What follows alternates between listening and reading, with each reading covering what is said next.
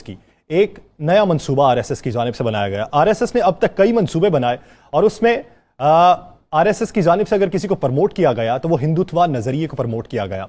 पाकिस्तानी हुकूमत ने बारहा प्लेटफॉर्म पे मुख्तलिफ प्लेटफॉर्म्स पर यह बात आया की दुनिया के सामने कि आरएसएस का जो नजरिया है वो नाजी जर्मनी का नजरिया है और इसके साथ साथ वो सिर्फ अपनी कौम अपने मजहब वालों को प्रमोट करते हैं और उसमें भी वो जो जात में आला है, जो जात में बरतर हैं, जो जात में कम जात हैं, छोटी जात के हैं, उन पर वो तशद्दुद रवा रखते हैं। अब की बार ये सामने आया कि दुनिया के मुख्तलिफ ममालिक में बड़े पैमाने पर आरएसएस ने इन्वेस्टमेंट करनी शुरू कर दी है। राना साहब, ये इन्वेस्टमेंट किन पे की जा रही है? क्या हिंदू ताजरों पे की जा रही है? और अगर की जा रही है तो इन्वेस्टमेंट का बेनिफिट क्या मिलेगा आरएसएस को? देखिए, ये जो इन्वेस्टमेंट की जा रही है, ये क्योंकि मैं एक तो क्लियर कर दूं कि आरएसएस को इसका ये बेनिफिट मिलेगा, अगर वो डायरेक्ट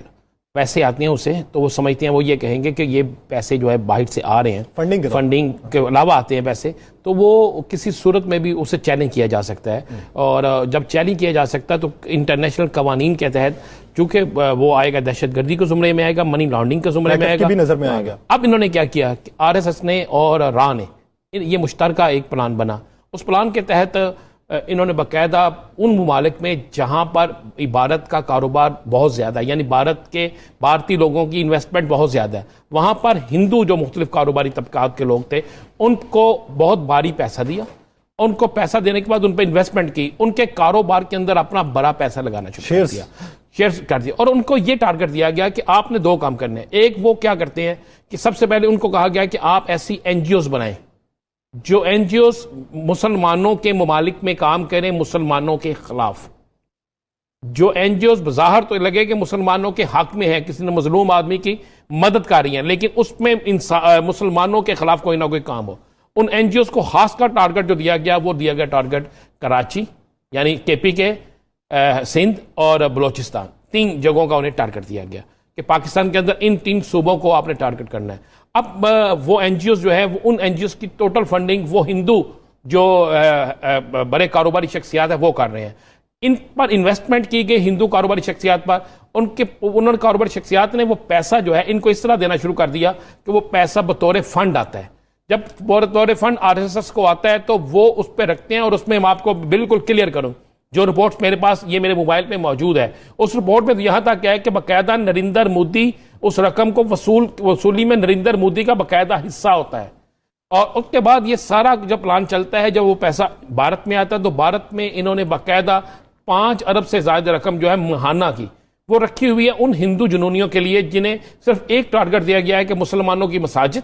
मुसलमानों के इलाकों में किस तरह दंगा फसाद करना है, मुसलमानों को किस तरह ख़त्म करना है,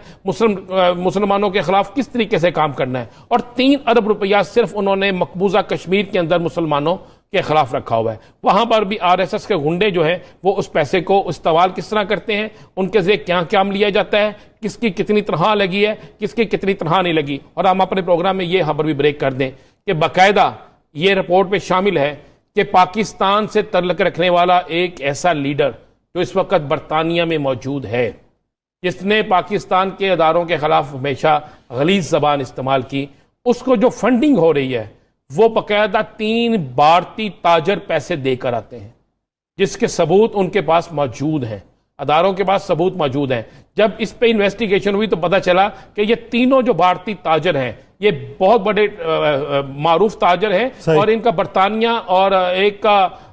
अरब ममालिक के अंदर कारोबार है। उसमें ये बाकायदा पैसे दे के आते हैं। ये रकम जो होती है ये आरएसएस की तरफ से उनको जाती है कि वो उनके लोगों को किस तरीके से सिंध के अंदर सपोर्ट करेंगे।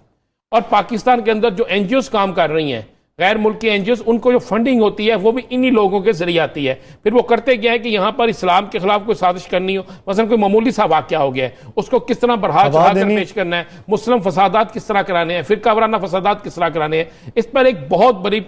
जो खौफनाक साजिश थी वो बेनकाब हो गई है। और इस साजिश का असल जो चीज सामने आई वो ये आई कि पहले तो समझा जाता था शायद भारत के अंदर आरएसएस के गुंडे जो हैं उनको नरेंद्र मोदी उनको बैठकर सपोर्ट कर रहा है और वहां पे हो रहा है। ऐसा नहीं है। अब इन्होंने अपना पूरी दुनिया के अंदर अपना एक हसार बना लिया है और ऐसे तमाम हिंदू ताजर जो वहां पे काम कर रहे हैं उन पर भारी फंडिंग की गई है। और फिर उन्हें यह भी कहा गया है कि आप जिस मुल्क में कारोबार कर रहे हैं वहां पर जो मुसलमान हैं और बिलखसूस जो पाकिस्तानी है, ये पाकिस्तानी का लफ्ज लिखा हुआ है, जो पाकिस्तानी है उन्हें नौकरियों से बेरोजगार करे, उनके खिलाफ मुकदमा दर्ज कराए, उन पर चोरी से लेकर दीगर इल्जामात लगाए और उनको ऐसा उनके खिलाफ करें कि उनके लिए जमीन तंग